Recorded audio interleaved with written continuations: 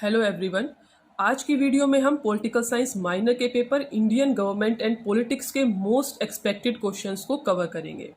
तो सबसे पहले जो हमारा सबसे इम्पोर्टेंट क्वेश्चन है वो है make a comparative study between the fundamental rights and the directive principles of state policy. मौलिक अधिकारों और राज्य नीति के निर्देशक सिद्धांतों का तुलनात्मक अध्ययन करना। तो आइए स्टार्ट करते हैं। हम सभी को पता है कि हमारे कॉन्स्टिट्यूशन के भारतीय संविधान के मेनली 3 गोल्स हैं। Social, economic and political justice को अचीव करना, सामाजिक, आर्थिक और राजनीतिक न्याय को अचीव करना, और इन तीनों गोल्स को अचीव करने की कंबाइन जिम्मेदारी दी गई है फंडामेंटल राइट्स और डीपीएसपी को, मतलब directive principles of state policy को। तो सबसे पहले हम यही जानते हैं कि फंडामेंटल राइट्स और डीपीएसपी होते क्या है। So fundamental rights are the basic human rights enshrined in the Part 3 of the Constitution of India which guaranteed to all the citizens। मौलिक अधिकार ऐसे मानवाधिकार हैं जो भारतीय संविधान के द्वारा सभी नागरिकों को दिए गए हैं। अब सवाल है कि इन्हें फंडामेंटल क्यों कहते हैं, ये इतने ज़्यादा इम्पोर्टेंट राइट्स क्यों हैं। तो इसके 2 रीजंस हैं। पहला रीज़न है कि ये सभी इंडिविजुअल्स के ऑल राउंड डेवलपमेंट के लिए, मतलब सभी नागरिकों के विकास के लिए बहुत ज़्यादा इम्पोर्टेंट होते हैं। और दूसरा रीज़न है कि इन राइट्स के बिना कोई भी इंडिविजुअल या कोई भी नागरिक जो है वो एक डिग्निफाइड या क्वालिटी ऑफ लाइफ जीने में एग्जिस्ट नहीं कर पाता है। इसलिए हर एक व्यक्ति के लिए, हर एक नागरिक के लिए एक उत्तम जीवन जीने के लिए जो फंडामेंटल राइट्स हैं वो बहुत ज़्यादा ज़रूरी हो जाते हैं। So fundamental rights check on the unlimited powers of the state, ताकि जो सरकार है उसके द्वारा नागरिकों पर उसकी आर्बिट्रेरी पावर या मनचाहा पावर्स का यूज़ ना किया जाए और किसी भी बेसिस पर किसी नागरिक के साथ कोई भेदभाव ना हो। इसलिए जो फंडामेंटल राइट्स है वो बहुत ही ज़्यादा इम्पोर्टेंट हो जाते हैं। तो अब हमको यहाँ पर क्या समझ में आया कि जो फंडामेंटल राइट्स है वो नागरिकों के, सिटीजन्स के अधिकारों को प्रोटेक्ट करते हैं और सरकार के, गवर्नमेंट के अगेंस्ट में अवेलेबल होते हैं। इसके बाद जो फंडामेंटल राइट्स का नेक्स्ट जो इम्पोर्टेंट फीचर है वो है fundamental rights are not absolute in nature, पूर्ण नहीं है। उन पर जो सरकार है वो रीजनेबल रिस्ट्रिक्शंस लगा सकती है। जब भी देश में कोई इमरजेंसी होती है, मानो नेशनल इमरजेंसी लगी है, तो जो आर्टिकल 19 है हमारा, जिसके तहत हमें कहीं पर भी घूमने का अधिकार है, असेंबल होने का अधिकार है, वो ऑटोमेटिकली सस्पेंड हो जाते हैं। केवल ऐसे 2 ही आर्टिकल हैं, article 20 and article 21 right to life, जो कि सस्पेंड नहीं होते हैं।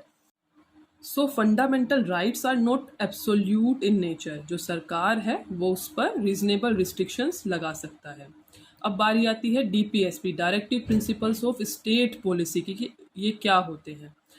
तो राज्य नीति के निर्देशक सिद्धांत, इसके नाम में ही है नीति निर्देशक। So basically these are ideals जो गवर्नमेंट को, सरकार को कोई भी नई पॉलिसीज या लॉ को बनाते वक्त इनको फॉलो करना चाहिए। तो अब हम फंडामेंटल राइट्स और डीपीएसपी के बीच में कंपैरिजन करेंगे। So fundamental rights are a kind of restrictions imposed on state, state के ऊपर रिस्ट्रिक्शन लग रहा है। While DPSP are the directions for the government, सरकार के लिए डायरेक्शन है to help in achieving some objective. जो फंडामेंटल राइट्स हैं वो नेगेटिव राइट्स होते हैं, क्योंकि ये गवर्नमेंट के अगेंस्ट में अवेलेबल होते हैं और सिटीजन्स के लिए होते हैं। ठीक है, तो ये क्या कहते हैं कि सरकार को जस्टिस को अचीव करने के लिए ये सारे काम नहीं करने चाहिए, जैसे कि इनइक्वालिटी नहीं करनी चाहिए, डिस्क्रिमिनेशन नहीं करना चाहिए, पावर्स का मिसयूज़ नहीं करना चाहिए। तो ये सरकार को काम करने से मना कर रही है, इसलिए ये नेगेटिव है नेचर में। दूसरी तरफ जो डीपीएसपी है, नीति निर्देशक है, वो सरकार को क्या कर रहे हैं, सलाह दे रहे हैं, आइडियल्स हैं। वो बोल रहे हैं कि सरकार को अपनी पॉलिसीज़ बनाते वक्त ये काम करने चाहिए, जैसे इन्वायरमेंट को ध्यान में रखना चाहिए। जो अभी आप न्यूज़ में देख रहे होंगे यूनिफॉर्म सिविल कोड, वो भी अभी हमारा एक डीपीएसपी है, नीति निर्देशक है, आर्टिकल 44 के तहत। सो जो फंडामेंटल राइट्स हैं वो नेगेटिव इन नेचर होते हैं और जो डीपीएसपी है वो पॉजिटिव इन नेचर होते हैं। दूसरा जो सबसे इम्पोर्टेंट इन दोनों के बीच में जो डिफरेंस है वो है कि जो फंडामेंटल राइट्स हैं वो जस्टिसिएबल इन नेचर होते हैं, मतलब जस्टिसिएबल इन कोर्ट होते हैं। अगर जो स्टेट है, जो सरकार है, अगर वो हमारे फंडामेंटल राइट्स को रिस्पेक्ट नहीं करती है और हमारे अधिकारों का हनन होता है या हमारे साथ किसी भी प्रकार का डिस्क्रिमिनेशन होता है, तो हम डायरेक्टली कोर्ट में अप्रोच कर सकते हैं। तो इनके वोलेशन के लिए हम कोर्ट में जा सकते हैं, कोई भी नागरिक, सभी को अधिकार है। ठीक है। दूसरी तरफ जो DPSP हैं, directive principles of state policy हैं, वो नॉन जस्टिसिएबल इन नेचर है। उनके हनन के लिए आप कोर्ट में नहीं जा सकते हो। ठीक है, उनका अलग प्रोसीजर है, क्योंकि देखो हमारे आर्टिकल 36 से 51 में हमारे सारे DPSP हैं, लिबरल प्रिंसिपल्स भी हैं, गांधीयन प्रिंसिपल्स भी हैं, केवल नीति निर्देशक है, आइडियल्स है, मोरल वैल्यूज़ हैं। ठीक है, तो उनको बताया गया है कि आपको फॉलो करना चाहिए, तो वो नॉन जस्टिसिएबल इन कोर्ट है। तो ये सबसे बड़ा इनके बीच में डिफरेंस है जो आपको याद रखना है। Fundamental rights are justiciable in nature while DPSP are non justiciable in nature. तो हमारे जब कॉन्स्टिट्यूशन बना था तो हमारे टोटल 7 फंडामेंटल राइट्स थे। उसके बाद जो राइट टू प्रॉपर्टी था उसको हटा दिया गया उसमें से, और अब वो हमारा एक लीगल राइट है। तो हमारे टोटल कितने राइट्स हैं? 6 फंडामेंटल राइट्स हैं।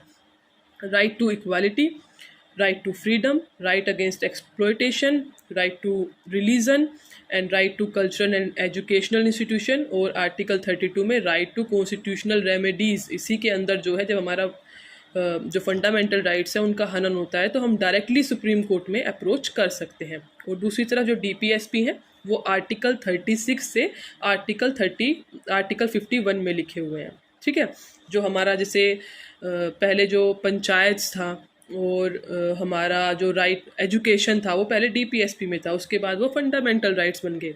अभी जो है यूनिफॉर्म सिविल कोड पे बात चल रही है, तो अभी आर्टिकल 44 के तहत जो है वो हमारा एक DPSP है। अगर उसको सरकार चाहेगी तो उसको भी फंडामेंटल राइट बना दिया जाएगा। ठीक है, तो आपके पेपर में ये क्वेश्चन मोस्ट प्रोबेबली आएगा ही आएगा, थोड़ा सा घुमा फिरा सकते हैं लेकिन क्वेश्चन बेसिस यही रहेगा। तो आपको सबसे पहले क्या करना है, फंडामेंटल राइट के बारे में बताना है, फिर DPSP के बारे में बताना है, पैराग्राफ में लिखना। उसके बाद जो आप फंडामेंटल राइट्स और DPSP के बीच में, दोनों के बीच में कंपैरिजन करना, जो मैंने बताया कि भाई पॉजिटिव है, नेगेटिव है, जस्टिसिएबल है, नॉन जस्टिसिएबल है, उनको आप पॉइंट्स में लिखना। तो आपका जो कंसेप्ट है पूरा अच्छे से आप वहाँ पर एक्सप्लेन करोगे तो टीचर आपको ज़्यादा से ज़्यादा मार्क्स देगा। ठीक है, ऑल द बेस्ट।